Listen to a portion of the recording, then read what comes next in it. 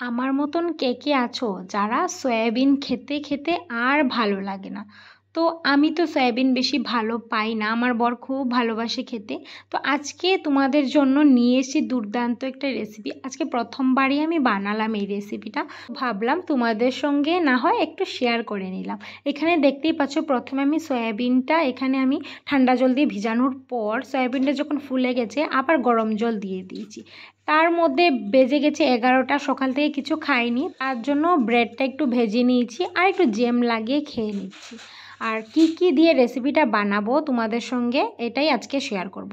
তো দেখতেই পাচ্ছ সয়াবিনটা ভেজানোর পর এখানে যখন পুরোপুরি হয়ে গেছে, তারপর এখানে আমি পেস্ট করে নিয়েছি। পেস্ট করে সেটা রেখে দিয়েছি সাইডে।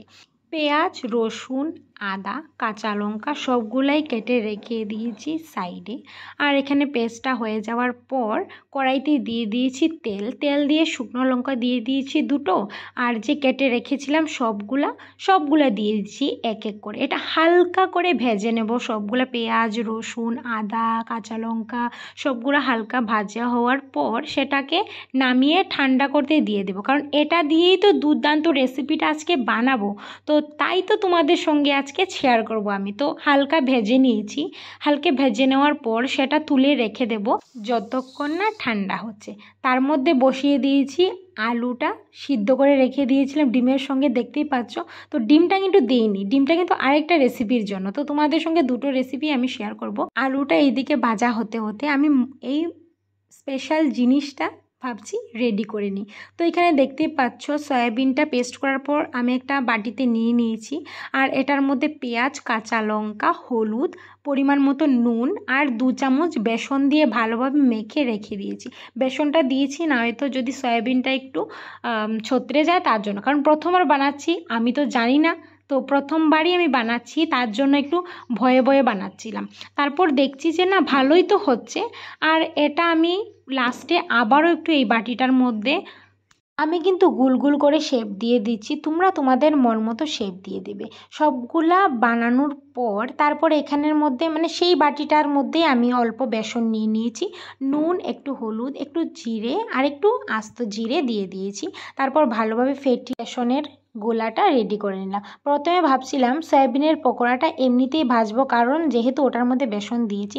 তারপর ভাবলাম যে বেসন খুব অল্প পরিমাণে দিয়েছি, যদি সবগুলা ছিদ্রে যায় তার জন্য অল্প গোলা রেডি করেছি। দেখতেই পাচ্ছ খুব অল্প অল্প লাগাচ্ছি পাতলা করে। তো এটা সুন্দর করে ভেজে নিয়েছি, আর বিশ্বাস করবে না খুব সুন্দর ভাজা হয়েছে। আর এইদিকে পেঁয়াজ রসুনের যে মশলাটা আমি ভেজে রেখেছি সেটাও ঠান্ডা হয়ে গেছে, সেটাও আমি পেস্ট করে নিলাম ভালো করে। আর এখানে দেখতেই পাচ্ছ খুব সুন্দরভাবে কিন্তু হয়ে গেছে এই বড়াগুলো। বিশ্বাস করবে না খুব ভালো হয়েছে খেতে। আমি একটা খেয়ে দেখেছিলাম যে কেমন হয়েছে, তারপরে দেখি দুর্দান্ত হয়েছে খেতে। তো রান্নার জন্য রেখে দিয়েছি কিছু, আর অল্প তুলে রেখে দিয়েছি, গরম গরম ভাত দিয়ে খাওয়া যাবে। তারপরে একটা কড়াইতে দিয়ে দিলাম অল্প পরিমাণে তেল, দিয়ে দিয়েছি একটু জিরে, আর দিয়ে দিয়েছি একটা তেজপাতা টুকরো করে। তারপর যে মশলাটা পেস্ট করেছি সেটা দিয়ে দিয়েছি। সেটা দেওয়ার পর যে ভিতরে আর একটু লেগেছিল সেটা আমি জল দিয়ে দিয়েছি। ভালোভাবে সেটা কষানোর পর এখানে দিয়ে দিয়েছি একটু হলুদ আর একটু জিরে। বেশি জিরে দিইনি, নয়তো জিরের অনেকটা গন্ধ ছড়িয়ে যাবে। তারপর এটা ভালোভাবে ভাজা হওয়ার পর আমি দিয়েছি আলুটা যে ভেজে রেখেছি সেটাও দিয়ে দিয়েছি। দেওয়ার পর দিয়ে দিয়েছি ঝোলটা, কারণ এটার মধ্যে ঝোলটা খুব ভালোই হয়েছে। আর বিশ্বাস করবে না, প্রথমে যখন বানিয়েছি আর নামিয়েছি তখন খুব ভালো লাগছিল দেখতে, আর খেতে কিন্তু দুর্দান্ত হয়েছে। কিন্তু বড়াগুলো না ঝোলটা একটু টেনে নিয়েছে লাস্টে, কারণ সয়াবিন তো তার জন্য। কিন্তু এত টেস্ট হয়েছে, আমি প্রথমবার বানিয়েছি। তোমরা অবশ্যই কিন্তু বানিয়ে বাড়িতে ট্রাই করবে, আর লাস্টে কিন্তু গরম মশলা দিতে ভুলবে না।